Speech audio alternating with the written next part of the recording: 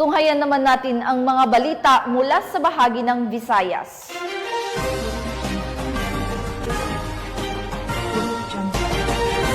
Nakumpiska ang mahigit 6 na milyong pisong halaga ng shabu mula sa isang high-value individual matapos ang isinagawang buy-bust operation ng PNP sa Barangay Buaya, Lapu-Lapu City.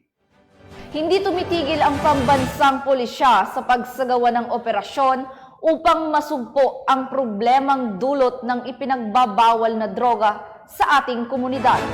Nakatutok dyan si Patrol Woman Bleselkis Pedoche.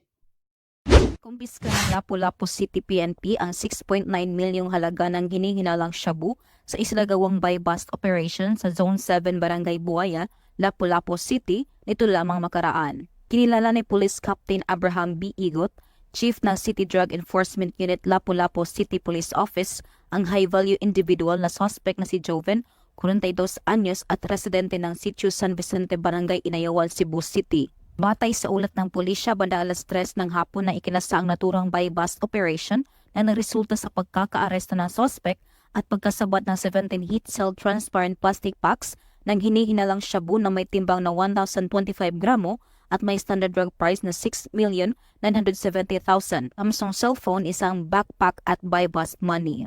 Ang matagumpay na pagkakakumpiska ng 6.9 million halaga ng shabu ay bunga ng pinagsanib porsa ng City Drug Enforcement Unit, LCPO, City Intelligence Unit, LCPO Mobile Patrol Unit, LCPO at Regional Intelligence Division 7. Sa panayam kay Police Colonel Ali A. Baron, Officer in Charge, Lapu-Lapu City Police Office. I extend my congratulations to the collaborative efforts of the operative involved in the week-long surveillance to intercept this drug peddler with 6.9 million worth of drugs. Let this success serve as a reminder of the impact that we can achieve when we work together with determination and resolve.